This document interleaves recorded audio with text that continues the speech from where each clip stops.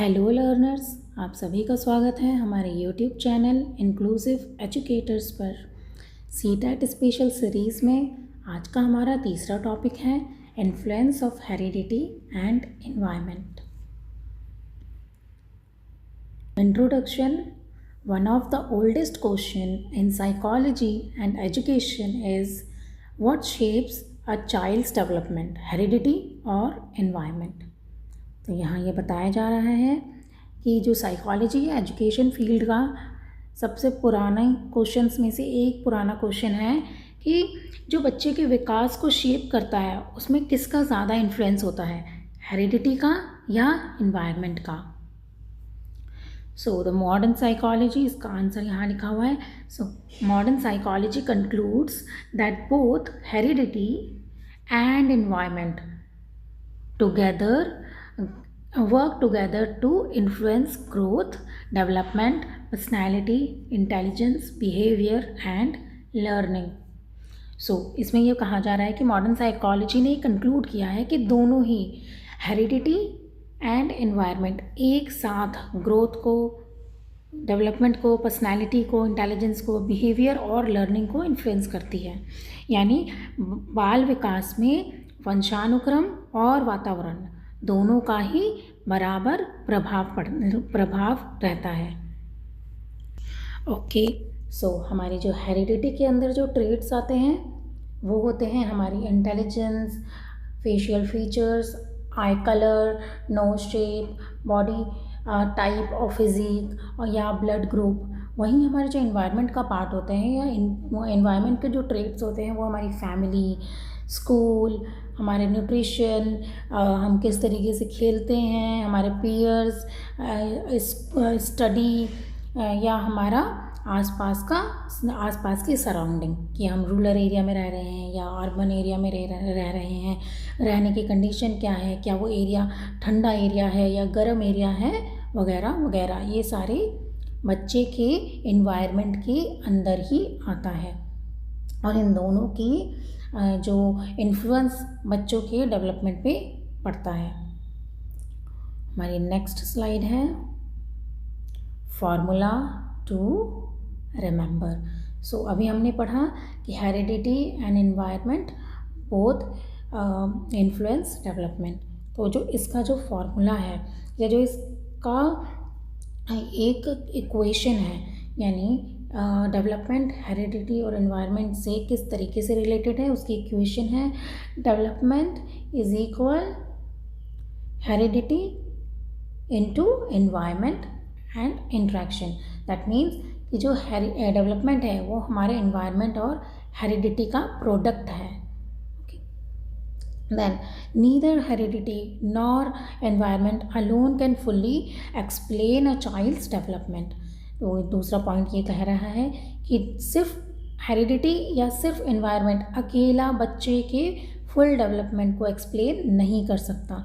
जो हमारा बच्चे का विकास है वो इन दोनों के इंटरेक्शन के से इन्फ्लुएंस होता है और इन दोनों के इंटरेक्शन का ही रिजल्ट होता है। देन अब हम वन बाय वन हेरिडिटी और एनवायरनमेंट को समझेंगे। हमारा सबसे पहला टॉपिक है what is heredity. So heredity is the biological transmission of physical psychological characteristics from parents to offspring through genes. Meaning, जिसका मीनिंग है तो हेरिडिटी है हमारी वंशानुक्रम है, वो बायोलॉजिकल ट्रांसमिशन है जो कि फिजिकल और साइकोलॉजिकल कैरेक्टरिस्टिक्स बच्चे अपने पेरेंट्स या अपने एंसेस्टर से रिसीव करता है थ्रू जीन्स। ये जो इन्फॉर्मेशन है या जो ट्रेट्स है वो बच्चों को जीन्स के थ्रू मिलते हैं। जो हेरिडिटी के की टर्म्स है वो है genes, chromosome, DNA, genotype and phenotype. So one by one हम इन टर्म्स को समझेंगे। सबसे पहले जीन्स क्या है? Basic unit of heredity. Heredity का सबसे बेसिक या मूल इकाई, सबसे छोटा इकाई। फिर chromosome structure carrying genes. Chromosome वो होते हैं जिसके अंदर वो स्ट्रक्चर जिसके अंदर जीन्स होते हैं। Then what is DNA? DNA genetic material containing heredity information. वो जेनेटिक मटेरियल है जो कि हेरिडिटरी इंफॉर्मेशन को कंटेन करते हैं। देन जीनोटाइप का मतलब है genetic makeup inherited from parents. अब जो भी जेनेटिक मेकअप है, चाहे जो बच्चा है वो अपने मदर से जो भी इंफॉर्मेशन ले रहा है और फादर से जो भी ले रहा है, उन सबका जो प्रोडक्ट है वो जीनोटाइप है। फॉर इंस्टेंस, बच्चे ने मम्मी से हेयर कलर लिया और पापा से स्किन कलर लिया, तो उन दोनों की इंफॉर्मेशन जो फाइनलाइज जो होगी उसे जीनोटाइप कहेंगे। और जो फिनोटाइप है वो है observable characteristics from heredity and environment. ये जीनोटाइप जो कि एक कोड के थ्रू बच्चों में रिसीव हुआ है अपने पेरेंट्स की तरफ से, उसकी जो ऑब्जर्वेबल ट्रीट है, कैरेक्टरिस्टिक्स है या ट्रेट्स हैं, जैसे कि वो उसके बच्चे की नीली आंखें आपको दिख रही है जो कि बच्चे ने अपने पेरेंट्स से रिसीव की हैं। सो वो जो विजिबल या ऑब्जर्वेबल कैरेक्टरिस्टिक है वो हमारी फिनोटाइप है। अब हम इसे पिक्चर के थ्रू समझेंगे। देखिए, आपको स्क्रीन पे दिख रहा होगा, ये ह्यूमन सेल है। ह्यूमन सेल के अंदर एक पार्ट होता है न्यूक्लियस, और न्यूक्लियस के अंदर ही हमारे क्रोमोसोम होते हैं। ये हमारे क्रोमोसोम हैं जो कि एक्स शेप के होते हैं। एंड इस क्रोमोसोम के अंदर अगर हम देखेंगे, इसको खोलेंगे इस क्रोमोसोम को, तो ऐसे डीएनए, ये जैसे दिख रहा है आपको, इसके अंदर से ऐसा डीएनए यानी समथिंग इस टाइप का स्ट्रक्चर निकलेगा। ये हमारा डीएनए होता है। ये जो है ये डीएनए है, और डीएनए के अंदर ये जो इन्फॉर्मेशन कैरी कर रहे होते हैं वो जीन्स होते हैं। यानी जीन सबसे बेसिक यूनिट है। यानी एक सेल है, सेल के अंदर न्यूक्लियस है, न्यूक्लियस के अंदर क्रोमोसोम है, क्रोमोसोम के अंदर डीएनए है, और डीएनए के अंदर जीन्स हैं। आई होप आपको ये कॉन्सेप्ट समझ आया होगा कि कैसे कोशिका के अंदर केंद्रक होता है, केंद्रक के अंदर गुणसूत्र होते हैं। And we all know that human, और हमें पता है कि ह्यूमंस में 44 क्रोमोसोम्स होते हैं।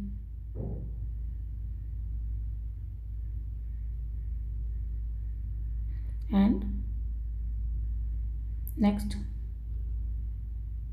नेक्स्ट जो हमारी स्लाइड है वो जीनोटाइप और फिनोटाइप दोनों को ही एक्सप्लेन कर रही है। जैसे कि हमने पहले भी पढ़ा कि जीनोटाइप जेनेटिक मेकअप है, यानी the genotype is the organisms genetic information, यानी ये जो जीव होते हैं उसकी जेनेटिक इन्फॉर्मेशन को कैरी कर रहे होते हैं।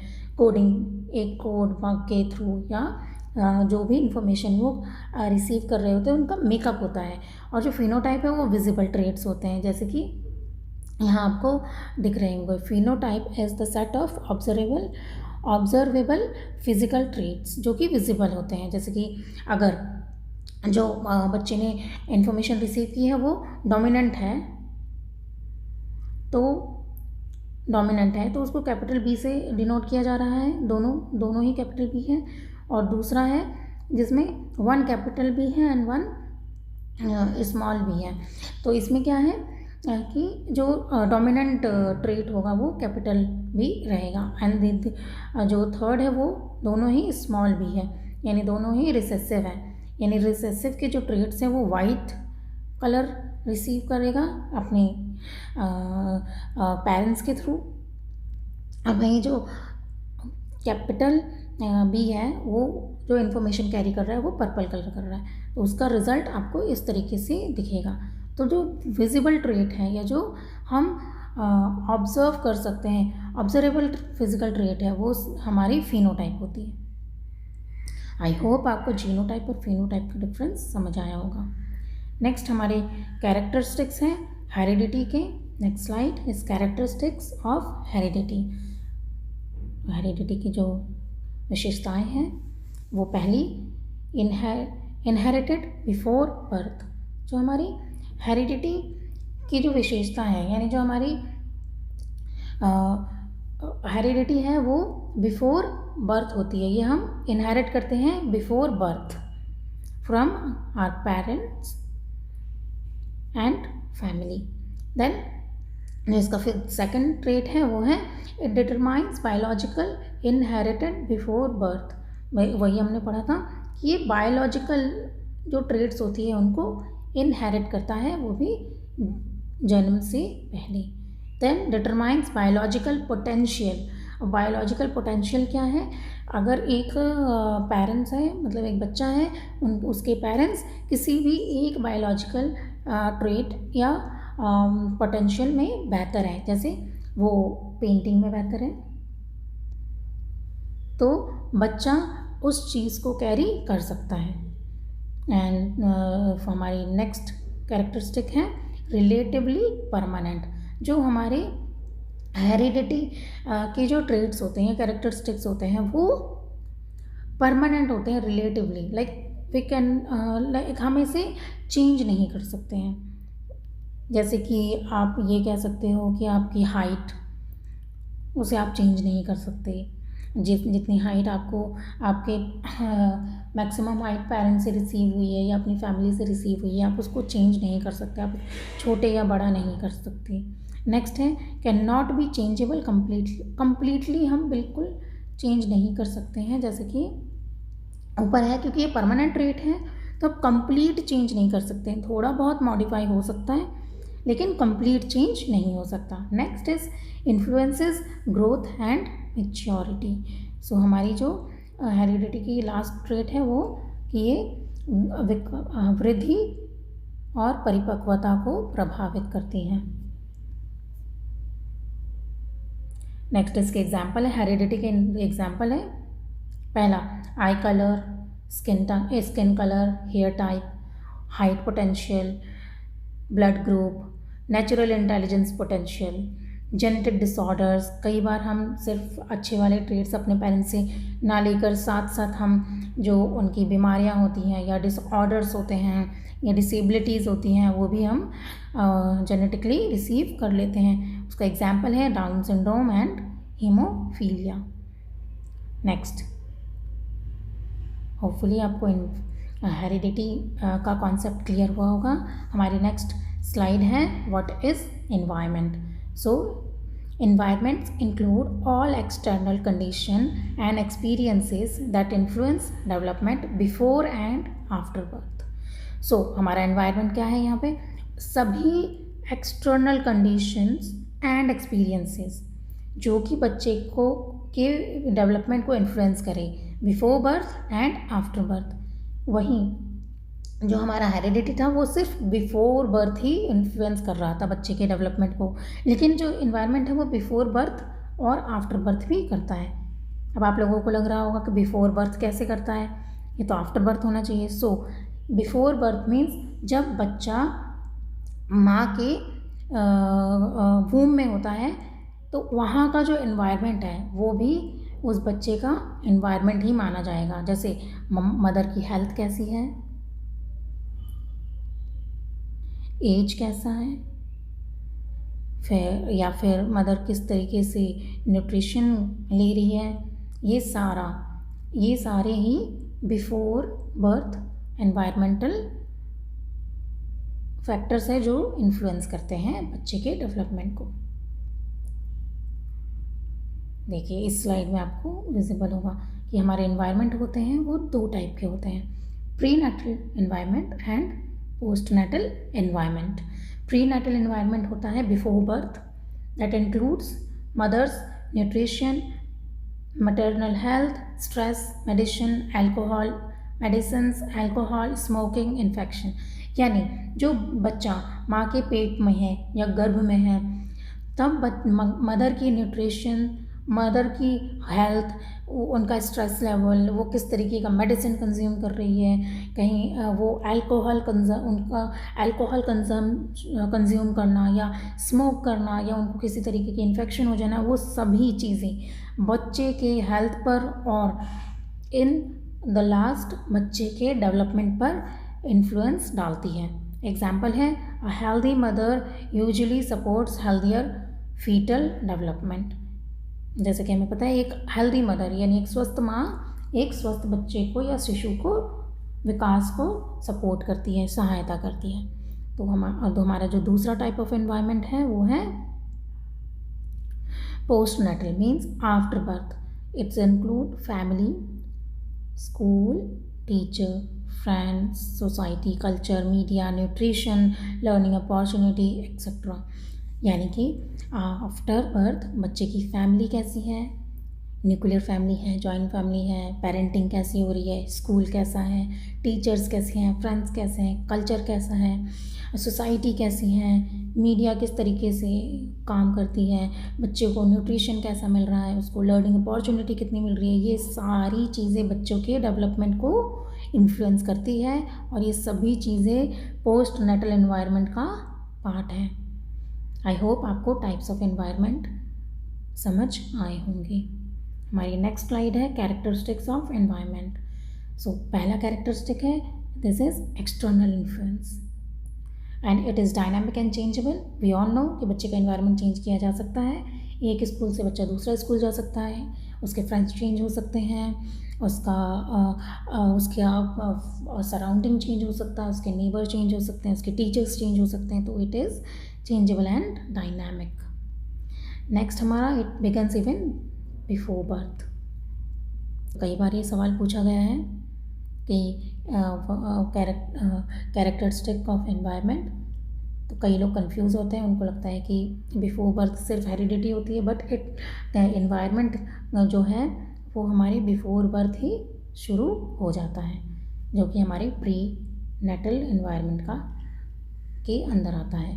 Then provides learning experiences, can enhance and limit inherit potential. अब हमारे जो लास्ट कैरेक्टरिस्टिक है वो बता रहा है कि जो हमारी एनवायरनमेंट है उसे हम इन्हांस कर सकते हैं, यानी बढ़ा सकते हैं बहुत सारे रिसोर्सेज के थ्रू। बच्चों के विकास को हम सहायता प्रदान कर सकते हैं, यानी हम उसको फैसिलिटेट कर सकते हैं, जैसे अच्छे स्कूल में एडमिशन करवा के, या फिर अच्छा एनवायरनमेंट, घर का एनवायरनमेंट अच्छा हो, फ्रेंड्स अच्छे हों, एजुकेशन अपॉर्चुनिटीज़ उसे बेटर मिली हो। इसके थ्रू हम बच्चों की इनहेरिटेड जो पोटेंशियल है उससे हम इन्हांस कर सकते हैं। वहीं इसका उल्टा भी हो सकता है कि बच्चों की जो इनहेरिटेड पोटेंशियल है उसे लिमिट किया जा सकता है। जैसे बच्चा इनहेरिटेडली टैलेंटेड है, उसके अंदर कोई टैलेंट है, जैसे कि वो पेंटिंग में अच्छा है लेकिन उसे सीखने की पोटेंशियल नहीं मिली, तो उसकी जो इनहेरिटेड जो ट्रेट थी या पोटेंशियल थी वो लिमिट कर दी गई इन्वायरमेंट के अंदर। Next example of environmental factors. पहला कि एनवायरमेंट फैक्टर्स के कौन कौन से एग्जाम्पल है? Parenting style, nutrition quality, education, classroom climate, peer group, culture, socio economic status, technology and play opportunities. ये सारे हमारे एनवायरमेंटल फैक्टर्स के एग्जाम्पल हैं। अब हम इस स्लाइड में inherited characteristics and environmental characteristics को ब्रीफली रिवाइज करेंगे। पहला इनहेरिटेड कैरेक्टरिस्टिक में है हमारी डोमिनेंट हैंड कौन सा रहेगा बच्चे का, लेफ्टी होगा या राइट हैंड यूज़ करेगा। Eye colour, skin colour, then facial features, nose, blood group, nose structure या नोज़ शेप, ये सारे हमारे इनहेरिटेड कैरेक्टरिस्टिक्स होते हैं। नेक्स्ट हमारा है एनवायरमेंटल कैरेक्टरिस्टिक कि बच्चे को अपॉर्चुनिटी कैसे मिल रही है, जैसे कि बच्चे की फिज़िकल अपीयरेंस कैसी दिख रही है, या फिर बच्चे को खेलने की कितनी अपॉर्चुनिटी मिलती है, सीखने की कितनी अपॉर्चुनिटी मिलती है, वगैरह वगैरह। ये सारे हमारे एनवायरमेंटल कैरेक्टरिस्टिक्स का ही पार्ट है। नेक्स्ट हमारी स्लाइड है difference between heredity and environment. हमारा पहला डिफरेंस है हेरिडिटी में और एनवायरनमेंट में, that heredity internal influence and environment जो है हमारा वो एक्सटर्नल इन्फ्लुएंस है। Heredity receive before birth and environments acts before and after birth, जैसा कि हमने पहले ही समझा था। हेरिडिटी कंट्रोल बाय जीन्स, जहाँ हेरिडिटी जीन्स के द्वारा कंट्रोल होती है, वहीं जो इन्वायरमेंट है वो सराउंडिंग के द्वारा कंट्रोल होती है। Heredity determines potential and environment helps realise potential. जो हमारी पोटेंशियल होती है यानी हमारी जो काबिलियत है वो हमारी हेरिडिटी डिटरमाइन करती है, वहीं जो हमारा इन्वायरमेंट है वो उसे रियलाइज़ करने कि हम किस चीज़ में बेटर है उसको हेल्प करती है। And heredity is relatively fixed as we said, कि जो हेरिडिटी है जैसे कि हमारा बेसिक स्किन कलर हम उससे फिक्स ही रखते हैं, उसे चेंज नहीं किया जा सकता। Although there are many procedure कि केमिकल के थ्रू वगैरह वो किया जा रहा है, बट वो नेचुरल नहीं है, वो आर्टिफिशियल है। तो नेचुरली वो चेंज नहीं हो सकता, आई कलर चेंज नहीं हो सकता, बट जो एनवायरनमेंट है वो मॉडिफाइबल है। आई होप आपको एनवायरनमेंट और हेरिडिटी के बीच डिफरेंस क्लियर हो गए होंगे। हम अपनी नेक्स्ट स्लाइड की ओर मूव करते हैं। Okay, this slide is important. Influence of heredity on development, यानी कि जो हेरिडिटी का है यानी वंशानुक्रम हमारे विकास को किस तरीके से प्रभावित करती है। तो फिजिकल डेवलपमेंट पे क्या प्रभाव है, जैसे कि बच्चे की height, weight, potential body structure, eye colour, skin colour, ये सारी हमारे फिजिकल डेवलपमेंट पर हेरिडिटी का इन्फ्लुएंस या प्रभाव होता है। नेक्स्ट हमारी कॉग्निटिव डेवलपमेंट पे हेरिडिटी का विकास कैसे होता है, प्रभाव कैसे होता है। पहला हमारा इंटेलिजेंस, देन पोटेंशियल लर्निंग कि हम कितना सीख सकते हैं, and readiness, memory and capacity, यानी कि ये सारी हेरिडेटरी ही हम रिसीव करते हैं कि बच्चे की इंटेलिजेंस किस लेवल तक जा सकती है, या बच्चे की मेमोरी कैसी है, या कैपेसिटी कितनी है, लर्निंग पोटेंशियल, ये सारी चीज़ें बच्चा इनहेरिट करता है अपने एंसेस्टर से या पेरेंट्स से। नेक्स्ट इमोशनल डेवलपमेंट, जैसे कि टेम्परामेंट या इमोशनल सेंसिटिविटी, जैसे कि बच्चे की बेसिक टेम्परामेंट कैसी होगी, बच्चा सबमिसिव होगा या अग्रेसिव होगा, ये कई बार पेरेंट्स से ही बच्चा ट्रेट रिसीव करता है। नेक्स्ट हमारा जो डोमेन है वो है सोशल डेवलपमेंट। तो सोशल डेवलपमेंट जैसे कि पर्सनैलिटी, टेंडेंसी, इंट्रोवर्जन और एक्सट्रोवर्जन, यानी कि बच्चा इंट्रोवर्ट होगा या एक्सट्रोवर्ट होता है, पार्शियली डिसाइडेड होता है कि बच्चे के पेरेंट्स किस टाइप के रहे हैं या उनके जो एंसेस्टर है वो किस तरीके के थे, तो बच्चा उसको भी कैरी कर सकता है। Next, influence of environment on development. हमने पिछले स्लाइड में हेरिडिटी का डेवलपमेंट पे इन्फ्लुएंस पढ़ा और अब हम एनवायरनमेंट का डेवलपमेंट पर इन्फ्लुएंस पढ़ेंगे। देन फर्स्ट हमारा पॉइंट है फिजिकल डोमेन, फिजिकल डेवलपमेंट। तो फिजिकल डेवलपमेंट जैसे कि हमारी nutrition, exercise, health care and hygiene, यानी हमारे इन्वायरमेंट में ही न्यूट्रिशन आता है कि बच्चे को कितना बेहतर खाना मिल रहा है, कितने अच्छे न्यूट्रिशंस मिल रहे हैं, बच्चा एक्सरसाइज कैसे करता है, उसका हेल्थ केयर कैसा है, हाइजीन कैसा है, ये बच्चे के फिजिकल डेवलपमेंट को इन्फ्लुएंस करता है और ये सभी इन्वायरमेंट का पार्ट है। नेक्स्ट, बच्चे की कॉग्निटिव डेवलपमेंट को इन्वायरमेंट कैसे इन्फ्लुएंस करता है, एजुकेशन किस टाइप की मिल रही है उसे, रीडिंग हैबिट्स कैसी है बच्चे की, टीचर सपोर्ट कैसा है, लर्निंग रिसोर्सेज कैसे हैं, वगैरह वगैरह, ये सारे बच्चों के विकास को प्रभावित करेंगे और ये सभी इन्वायरमेंट का पार्ट है। Next, language development. Next, family communication, school exposure and social interaction, यानी कि अब बच्चे की लैंग्वेज कैसे डेवलप होगी, इसमें फैमिली कम्युनिकेशन की, फैमिली में कितना एक्सपोजर मिलता है बच्चों को कम्युनिकेट करने का आपस में या एक्सप्रेस करने का खुद को, एंड स्कूल एक्सपोजर कैसा है बच्चों का, एंड सोशल इंटरेक्शन किस तरीके की है बच्चों की, ये सभी चीज़ें बच्चों की भाषा विकास को प्रभावित करती हैं। Next, emotional development. Emotional development यानी कि love and affection, secure feeling, encouragement, emotional safety etcetera, यानी कि बच्चों को कितना प्रेम या लगाव मिल रहा है अपने सराउंडिंग से, फैमिली से, टीचर से, पेयर से, या बच्चा कितना सिक्योर फील कर रहा है, इनकरेजमेंट कितनी है उसको, या इमोशनल सेफ्टी कितनी है। ये सारी चीज़ें जो एनवायरनमेंट का पार्ट है, ये बच्चे के इमोशनल डेवलपमेंट को इन्फ्लुएंस करता है। Next, social development, friends, family, values, cultural practices, community participation etcetera. ये सारी चीज़ें हमारे बच्चे के सोशल डेवलपमेंट को इन्फ्लुएंस करती है, और ये सारी चीज़ें ही एनवायरनमेंट का पार्ट है। तो इस तरीके से एनवायरनमेंट डेवलपमेंट को इन्फ्लुएंस करता है। इसका एक एग्जाम्पल है interaction of heredity and environment. Example 1, a child may inherit intelligence but without quality education and stimulation this potential may not fully develop. यानी कि जो हमने पहले ही पढ़ा कि हेरिडिटी और एनवायरनमेंट का रिलेशन कैसे है डेवलपमेंट के साथ। So it is like heredity into environment equals development, यानी दोनों के इंटरेक्शन से, हेरिडिटी और एनवायरनमेंट के इंटरेक्शन से ही डेवलपमेंट होती है।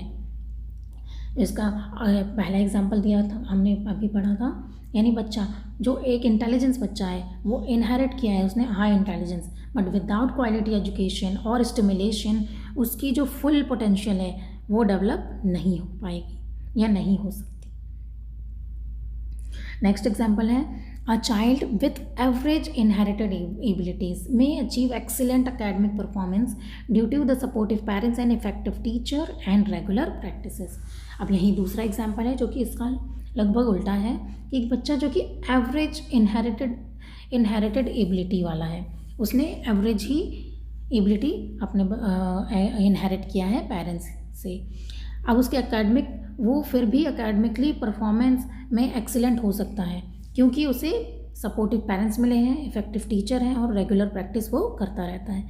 तो यानी इन्वायरमेंट का यहाँ इन्फ्लुएंस ने हेरिडिटी से जो कम ट्रेट वाली है एबिलिटी बच्चे ने रिसीव की थी उसको भी इन्हांस कर दिया, यानी दोनों के ही इंटरेक्शन से बच्चे का फाइनल डेवलपमेंट होता है। हमारी नेक्स्ट स्लाइड है nature versus nurture debate. Okay, this is also a debate कि नेचर किसने ज़्यादा इन्फ्लुएंस करता है या नर्चर, यहाँ हम उसको डिस्कस करेंगे। सो नेचर हमारी हेरिडिटी है जो कि जीन्स, हमारे क्रोमोसोम या डीएनए का कंपोजिशन है, हमने अभी देखा था। वही हमारे बायोलॉजिकल फैक्टर है, जो नेचर हमारी जो है वो बायोलॉजिकल फैक्टर है, और इनबॉर्न ट्रेट्स हैं, ये जन्मजात होती हैं जो विशेषताएं हैं इसकी। वही नर्चर हमारा इन्वायरमेंट है, ये एक्सपीरियंसेस, सोशल फैक्टर्स और लर्निंग एंड अपब्रिंगिंग पर डिपेंड होता है। अब ये दोनों ही एक कई समय तक साइकोलॉजिस्ट के बीच ये डिबेट रही है कि कौन सा फैक्टर बच्चे के डेवलपमेंट को ज़्यादा इन्फ्लुएंस करता है, नेचर या नर्चर। तो फाइनल जो रिज़ल्ट निकले हैं वो बताए गए हैं कि दोनों के ही कंबाइंड इंटरेक्शन मिलकर बच्चे के डेवलपमेंट को प्रभावित करते हैं या इन्फ्लुएंस करते हैं। नेक्स्ट हमारी स्लाइड है nature versus nurture debate. Nature are genetic determine our behaviour. Nature क्या है? अगर हमारी जेनेटिक्स हमारे बिहेवियर को डिटरमाइन कर रही है तो वो नेचर है। Our personality traits and abilities are in our nature, यानी ये हमारे नेचर में होती है जो कि हमारी हेरिडिटी या इनहेरिटेड होती है। Nurture, our environment, upbringing and life experiences determine our behavior. We are nurtured to behave in certain way. यानी ये जो है बिहेवियर हम ये इनहेरिट कर रहे हैं, personality trait and abilities, and यहाँ पर जो हमारी एनवायरनमेंट है या अपब्रिंगिंग है या लाइफ एक्सपीरियंसेस है वो डिटरमाइन कर रहे हैं हमारा बिहेवियर, यानी कि हम किस तरीके से नर्चर्ड हैं। Next, educational implications.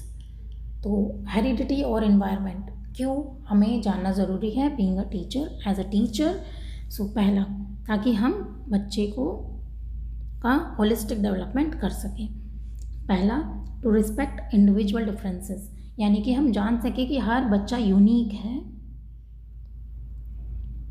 और उससे सेम एक्सपेक्टेशंस नहीं किया जा सकता कि हर बच्चा ही फर्स्ट आए या हर बच्चा ही इतने मार्क्स गेन करे।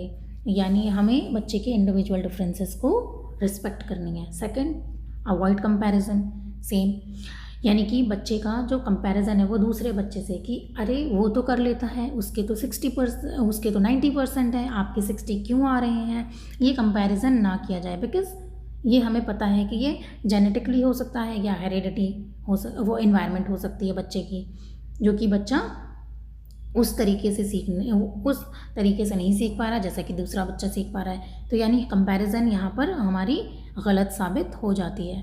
Next, avoid provide equal learning opportunities, या और तब बच्चों को इक्वल लर्निंग अपॉर्चुनिटीज़ दी जाए ताकि बच्चे जो हैं अपना फुल पोटेंशियल यूज़ कर सकें। Next, to create a supportive classroom environment. इससे क्या होगा, टीचर्स को हेल्प मिलेगी एक सपोर्टिव क्लासरूम एनवायरनमेंट को क्रिएट करने में।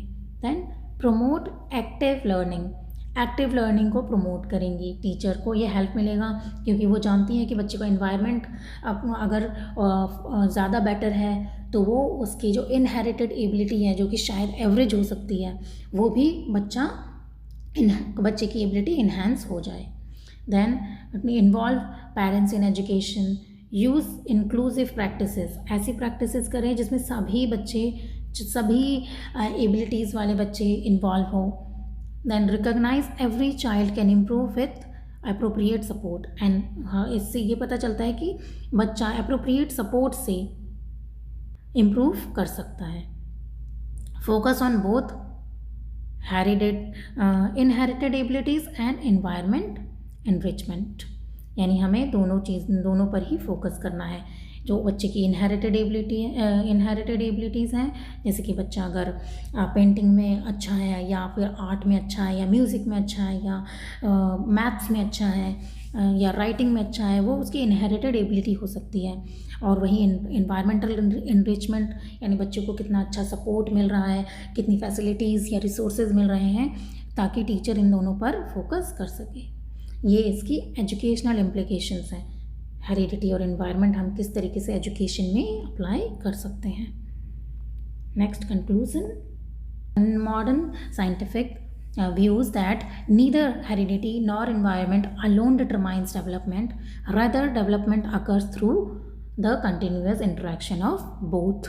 यानी कि हमारा जो फाइनल कंक्लूजन निकलता है कि जो बच्चे की डेवलपमेंट है वो ना हेरिडिटी डिसाइड करती है कम्प्लीटली और ना ही इन्वायरमेंट अकेला या कम्प्लीटली डिटरमाइन करता है, बल्कि ये दोनों के कंटिन्यूस इंटरेक्शन का रिजल्ट होता है।